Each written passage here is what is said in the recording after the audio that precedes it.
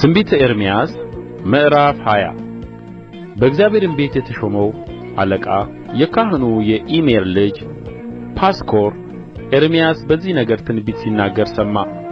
ጳስኮርም ነቢዩን ኤርምያስን መታው፣ በእግዚአብሔርም ቤት በነበረው በላይኛው በብንያም በር ባለው በእግር ግንድ ውስጥ አኖረው። በነጋውም ጳስኮር ኤርምያስን ከግንድ ውስጥ አወጣው።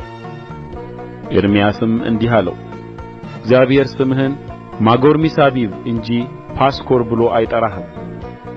እግዚአብሔር እንዲህ ይላልና እነሆ ለራስህና ለወዳጆችህ ሁሉ ፍርሃት አደርግሃለሁ፣ እነርሱም በጠላቶቻቸው ሰይፍ ይወድቃሉ። ዓይኖችህም ያያሉ፣ ይሁዳንም ሁሉ በባቢሎን ንጉሥ እጅ አሳልፌ እሰጣለሁ። እርሱም ወደ ባቢሎን ያፈልሳቸዋል፣ በሰይፍም ይገድላቸዋል። የዚህችንም ከተማ ባለጠግነት ሁሉ፣ ጥሪትዋንም ሁሉ፣ ክብርዋንም ሁሉ፣ የይሁዳንም ነገሥታት መዝገብ ሁሉ በጠላቶቻቸው እጅ አሳልፌ እሰጣለሁ። እነርሱም ይበዘብዙአቸዋል፣ ይዘውም ወደ ባቢሎን ያፈልሱአቸዋል።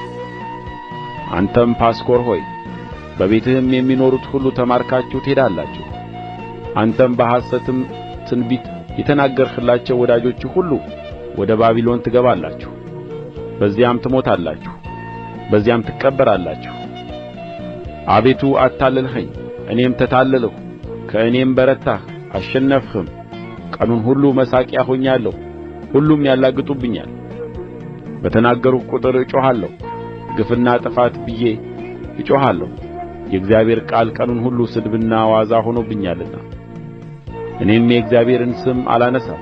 ከእንግዲህ ወዲህም በስሙ አልናገርም ብል በአጥንቶቼ ውስጥ እንደ ገባ እንደሚነድድ እሳት ያለ በልቤ ሆነብኝ። ደከምሁ፣ መሸከምም አልቻልሁም። የብዙ ሰዎችን ስድብ ሰምቻለሁ፣ ማስፈራራትም ከብቦኛል። መውደቄን የሚጠብቁ የሰላሜ ሰዎች ሁሉ ምናልባት ይታለል እንደሆነ እናሸንፈውም እንደሆነ እርሱንም እንበቀል እንደሆነ ክሰሱት፣ እኛም እንከስሰዋለን ይላሉ። እግዚአብሔር ግን እንደ ኃያልና እንደ ጨካኝ ከእኔ ጋር ነው። ስለዚህ አሳዳጆቼ ይሰናከላሉ፣ አያሸንፉም፣ አይከናወንላቸውምና በጽኑ እፍረት ያፍራሉ፣ ለዘላለም በማይረሳ ጕስቍልና ይጐሰቍላሉ። አቤቱ ጻድቅን የምትመረምር ኵላሊትንና ልብን የምትመለከት የሠራዊት ጌታ ሆይ ክርክሬን ገልጬልሃለሁና በቀልህን በላያቸው ለይ። ለእግዚአብሔር ዘምሩ፣ እግዚአብሔርንም አመስግኑ። የችግረኛውን ነፍስ ከክፉ አድራጊዎች እጅ አድኖአልና። የተወለድሁባት ቀን የተረገመች ትሁን፣ እናቴ እኔን የወለደችበት ቀን የተባረከች አትሁን።